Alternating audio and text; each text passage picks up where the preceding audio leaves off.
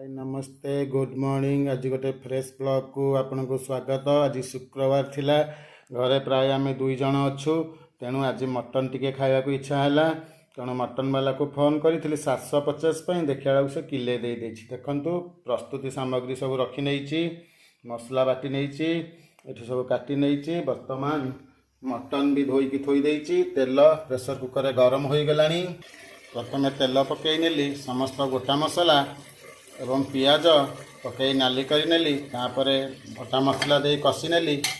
मसला कषि हो गला परे मटन को पकई देखंतु कषि नहीं। मटन प्राय पानी मरी आसिलानी। एपटे आलू को तेल रे भाजी रखिछि।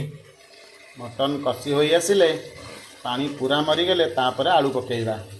देखंतु वर्तमान मटन कषि हो गलानी। गरम पानी दे जोड़े सीटी मारी नवा। वर्तमान जोड़े सीटी देला परे गैस पड़ेला परे मो प्रेशर कुकर खोली देछि। देखंतु वर्तमान प्रस्तुत हो गला मटन तरकारी।